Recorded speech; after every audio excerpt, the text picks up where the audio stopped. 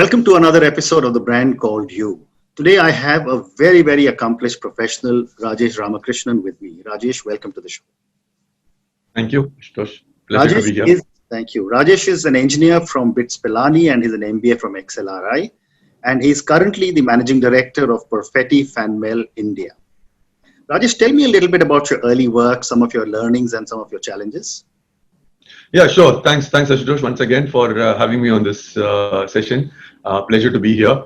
I started my career way back in 1994 and joined Reckitt and Coleman in those days. Spent a good 8 years there, formative years. Went through the drill of management training and then into brands and management training in places like Gulbarga and North Karnataka to start with. Then ASM for Orissa and then to Bihar in the days when there was no mobile phone.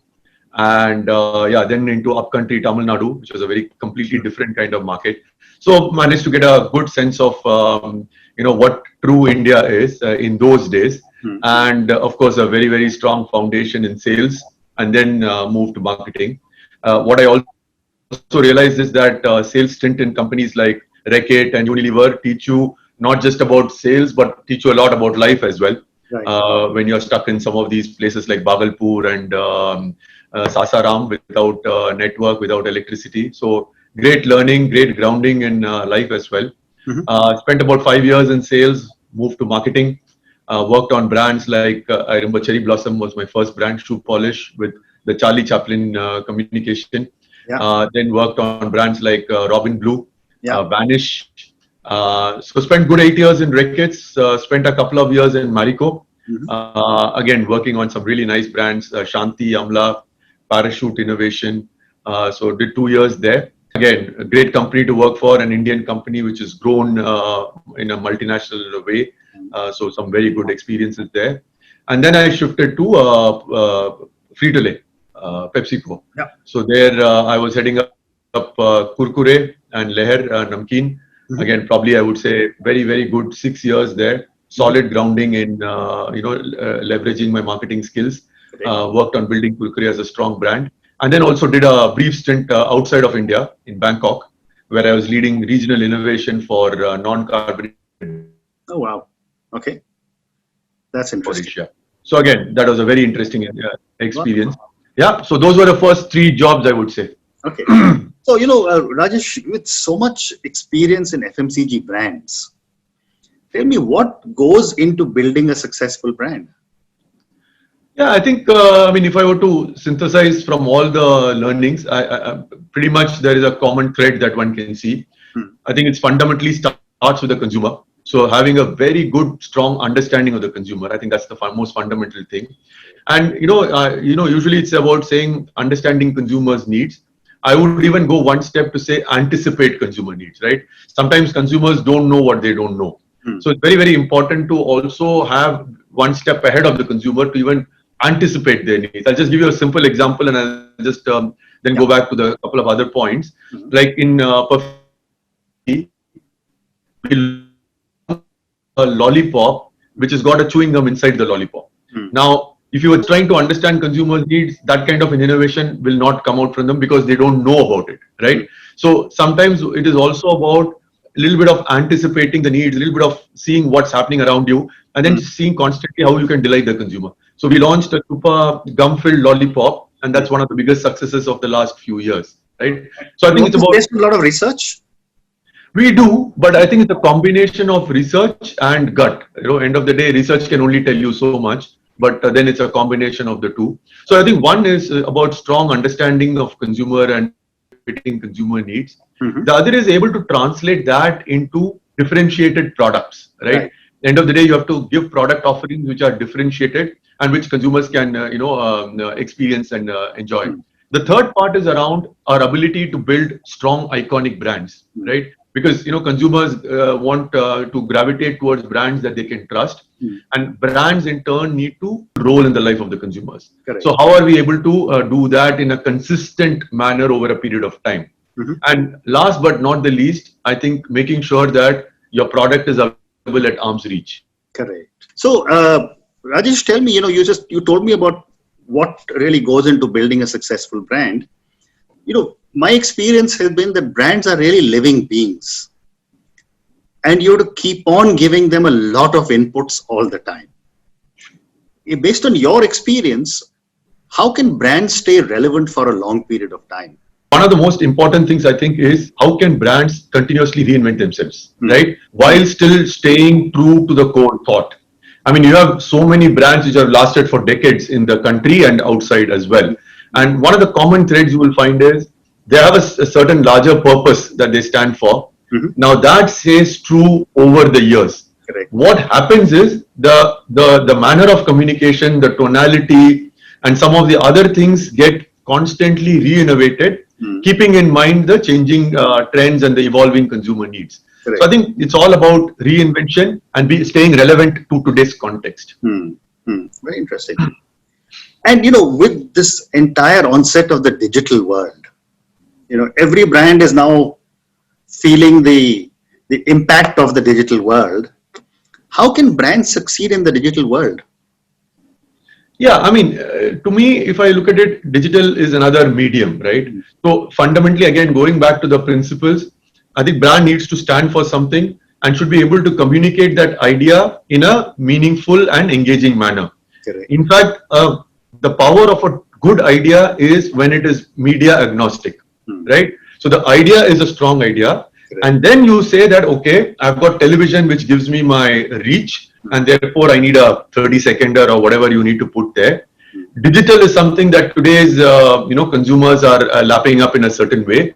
So even within digital, and I know we use a broad brushstroke for digital, Correct. but within that, what you do in YouTube could be completely different with respect to what you do with Instagram or Snapchat, because each of these medium have their own quirkiness, idiosyncrasy, format, and therefore I think it's a question of having a media agnostic idea and their ability to implement that in different medium in the most relevant manner. Very interesting. Very interesting. And now there are the e-commerce platforms everywhere, and I'm sure at Perfetti also you're using these e-commerce platforms. I know I order some of your products on an e-commerce platform. Yeah. How are e-commerce platforms changing marketers like you or brand owners like you in the context of what you have traditionally been doing with the traditional mom and pop retailers?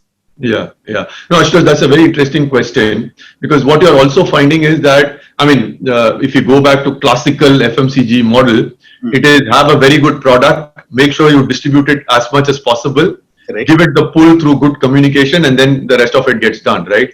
Now, e-commerce obviously presents a new set of realities, and obviously it coexists along with the regular mom and pop stores as well.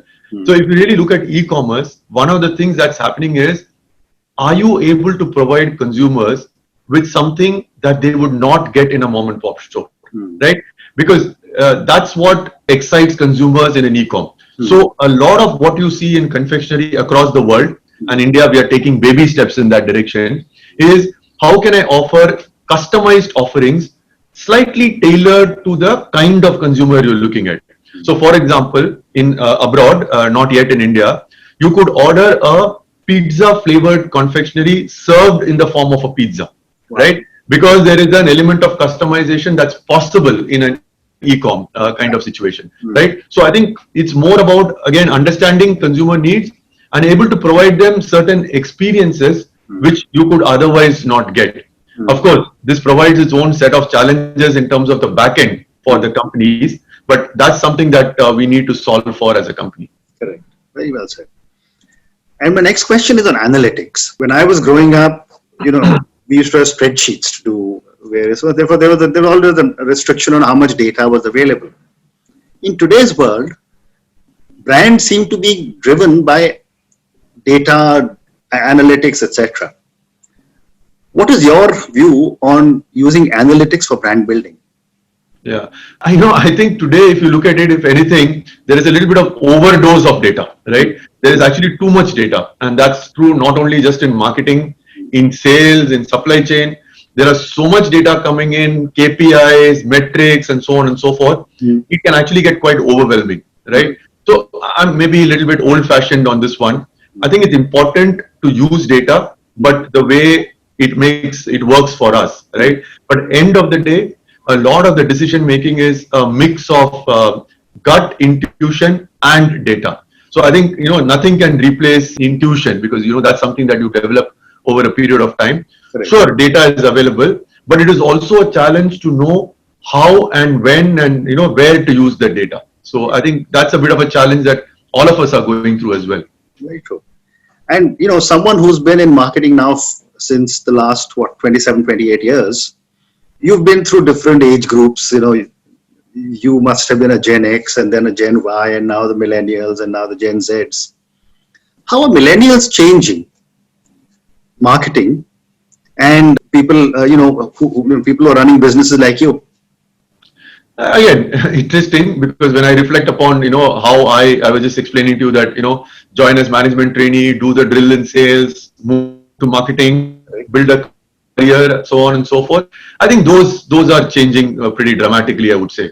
Like, for example, today I meet a lot of marketers who are not too keen on having gone through a sales stint, for example, to move to marketing, because they believe they can pick it up and, run with it. That's number one. Number two, I also find a lot of cases where people are not really interested in building a career in one company over a period of time, right? Because for us, that was important, that you build your career and then move, linearly. Now you find a lot more people happy to jump, crisscross. So do a couple of years here. If they get something good somewhere else, move there, and so on and so forth. Right. So there's a lot more, how shall I say, attention deficit. People are a little bit more impatient to move forward. And they feel it's okay if they have switched jobs a few times.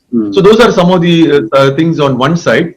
But on the other side, of course, we see some of our marketing folks are much smarter, much more media savvy, much more holistic in their thinking compared to, at least, where I can speak for myself, where I was. So obviously it has both sides to it. But for sure, marketers are evolving over the years as well. The next question is, on multinationals. You spend a time with a lot of multinationals who've been in India for a long period of time. And yet when I see multinationals operating in other countries, culturally they seem to be a little different. So how are multinationals adapting their cultures to accommodate the young people of today in India? You mean from a work perspective? Yeah, I see. I think again, like brands, a brand like a Nike, right, is agnostic whichever country it is in. It stands for certain things, and that is relevant everywhere. Or Coke, or Pepsi, for that matter. So I think multinationals also are now trying to get a certain, how shall I say, branding for themselves, right, which transcends geographical and cultural boundaries. Of course, there are nuances to those countries, where they operate. Yeah. But more and more you see that, like, for example, even Perfetti, we stand for a certain set of values, which doesn't matter whether you're in Brazil or India or in Russia, right? Those values remain. So core to the company, those values continue to remain wherever you are. And within each country, obviously, there is some nuancing that happens, which, to make yourself relevant to that country. Sure. And I think that model seems to be working pretty well, I would say. Okay.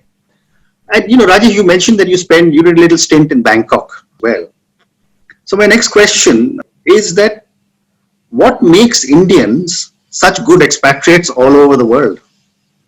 I mean, we're one of the largest cohort of expatriates in the world. Yeah. Okay, I mean, there are various theories on this one, but so one is, of course, if you look at India fundamentally, there is a little bit of always more of supply than demand, right? So we all have grown up, making sure that we have to fight our way to get to where we want to get, right? So that's one starting point, I think, where there is a greater hunger for success, right? So that's, I think, one thing. Second is, for the larger population, there is a certain set of middle class values that get inculcated in you right from childhood, hard work, commitment, discipline, and so on and so forth, right? So I think those things are some fundamental starting points which help. And then, in a way, I think, maybe, I don't know whether it's good or bad, I find that, at least, I don't mean to generalize, but a lot of Westerners, for them, work is one part of their life, but also they have other things in which they are interested in, and they are happy to sort of toggle a little bit more between those. whereas we as Indians tend to be a little bit more focused on work as a very, very large and integral component, right? Right. So I think all of those sort of add up to make us get to where we are. And I think the one last point I would also like to add are we are extremely adaptable, right? So I think situational adaptability among Indian leaders is pretty high because we quickly are able to assess the situation and get ourselves integrated into the situation in a pretty seamless manner. And I think that just helps in us working through the complex world of today. Wow. Okay. So you think that there are young Indians can aspire to have jobs all over the world? I think so. I pretty much think so. Yeah. Okay. So my next question is that, as a senior professional who has, been there, done that, first in sales, then in marketing, for the thousands of people who will hear you and me talking and the young people, what advice would you give them for as they're starting off their careers in the corporate world? I would say 2, 3 things, right? Basic stuff around intellect and all that is hygiene, right? So I'm not even going there. I think the 2 or 3 things I would say is be curious. It's very important to, keep that growth mindset and the learning window open. So be curious, be passionate, right? And I think a lot of difference between one person and the other is the amount of passion and energy that you bring to work. And last but not the least, challenge status quo. I mean, question why is something being done the way it is being done, and is there a better way of doing it? So I think if you are able to bring some of these into our work, it probably gives us a better right to succeed. Very nice. So my next question really is, to you as a leader of a large company, and that is relating to gender balance. The Western part of the world recognized gender balance a long time ago.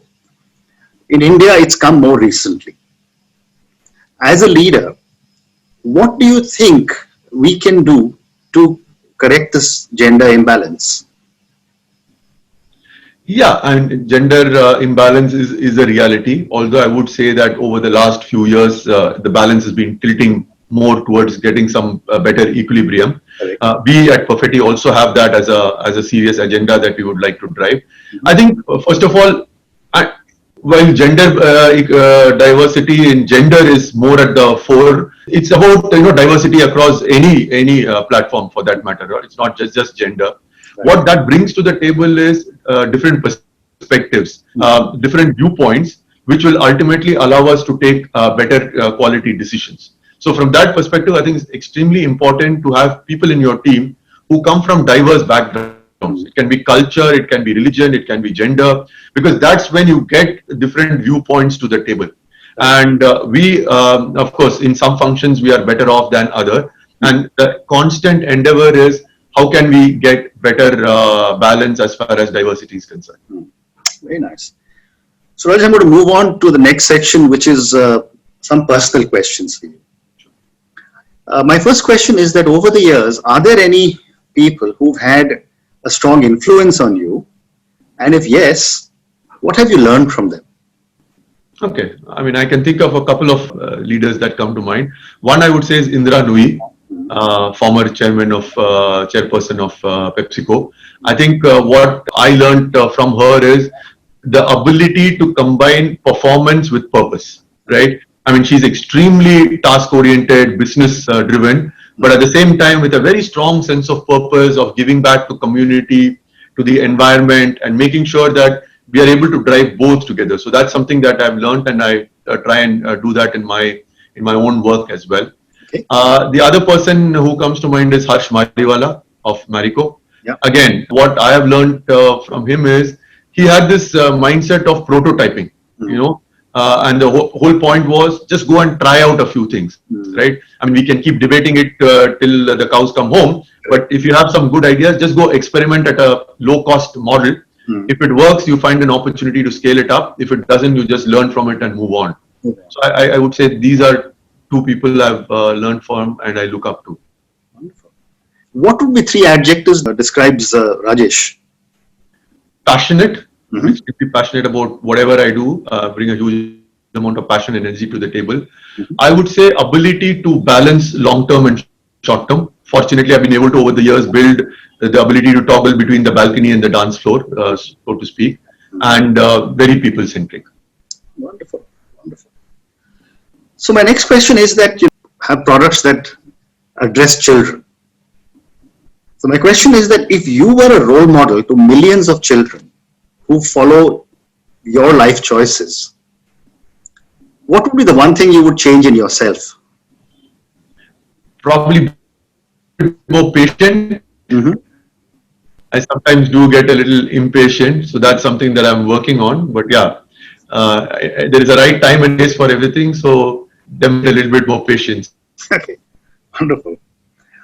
The next question is, what is the most outrageous thing you've done? And do you look back at it with pleasure or regret? Okay, so I am scared of heights, I'm scared of flying and all of that. And there was this ex-brand manager friend of mine, she said, let's go on a trek to Everest Base Camp. Wow. Okay. So I've never trekked in my life before that, just maybe a few walks here and there. So I actually signed up and went to the Everest Base Camp on a 14-day trek. Okay. So that's probably the most outrageous thing I've done. But it was such a brilliant experience that since then, every year I've been going on a major trek. Wow. So the next year I actually ended up going to Kilimanjaro on a trek as well. So yeah, that would probably you qualify. Climbed Kilimanjaro? Yeah. Oh wow. 2017. Amazing. Amazing. So I have time for a couple of more questions. Sure. My next question is that how often do you step back and reflect on where you're heading? And do you think self-reflection is good for us? Well, I'll answer the second question. Absolutely. Self-reflection is one of the most important things I would say for us. Fortunately, I got yoga into my life about 5 years ago. And therefore, I've been very, very regularly practicing it. And I find that when you're meditating, the other thing I do very regularly is walking. These are 2 times when you get a lot of time to reflect. So I would say I do it pretty much every other day in terms of reflecting on either a situation or on the status of things, etc. And that really gives you clarity on could you have done something in a better way or should you not have done something and so on. So I think self-reflection is very, very important to us. And if you're able to do that and then act upon it, I think we'll all be in a good space. And given the kind of high pressure work that you do, and the high degrees of accountability that you have, how do you manage your work-life balance? Yeah, for me, fortunately, I've been able to seamlessly shift between work and non-work. So one, I have a few passions in my life. So photography is a huge passion. Wow. I do that whenever I get an opportunity. And I think what a passion does is it, through the day we go through difficult situations, conversations, meetings, etc., which sort of suck out your energy. And you need to constantly replenish it to maintain the equilibrium, so to speak, right? So having a passion, whether it is music or sport or anything, helps in that restoring of that balance. So for me, photography is a passion. Like I said, I practice yoga almost every day. I walk pretty much every other day. I love traveling, of course, not in these days, but that's something that I enjoy. Yeah. So I have a few things which I'm passionate about, and that sort of allows me to lead a much more holistic life. Wonderful. And Rajesh, my last question to you. Most of us don't face failure very easily because as we've grown up all middle class homes, we've never been taught that it's okay to fail. My question to you is that what has been some of your learnings from some of your mistakes? Sure. So I can think of one. I mean, after having spent 15, 16 years in FMCG environment, I got this opportunity to work for Apollo Tires, right? And it was a global head of marketing kind of role, big role, all good with it. So I said, okay, let me take that opportunity and see how it works out. Thinking that, yeah, the principles of marketing are the same across industries and one could easily, go across, which is true, by the way, because the fundamentals of marketing don't change. But probably where I underestimated was the nature of the industry, the culture of the company, which I also realized that plays a huge role in how you look at things, right? So it's not just about saying, okay, can I turn a tire from a commodity into a brand, which you can of course do, but am I able to settle well into that kind of a culture? And I'm not saying good or bad, it's just different culture.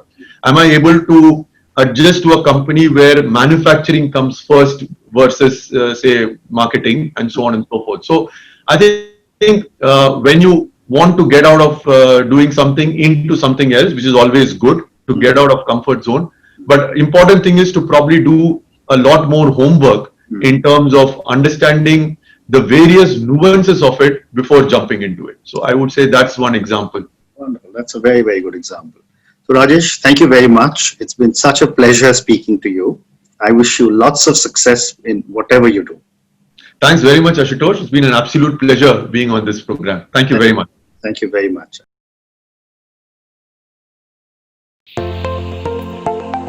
Thank you for listening to the Brand Called You videocast and podcast, a platform that brings you knowledge, experience, and wisdom of hundreds of successful individuals from around the world. Do visit our website www.tbcy.in to watch and listen to the stories of many more individuals. You can also follow us on YouTube, Facebook, Instagram, and Twitter. Just search for the Brand Called You.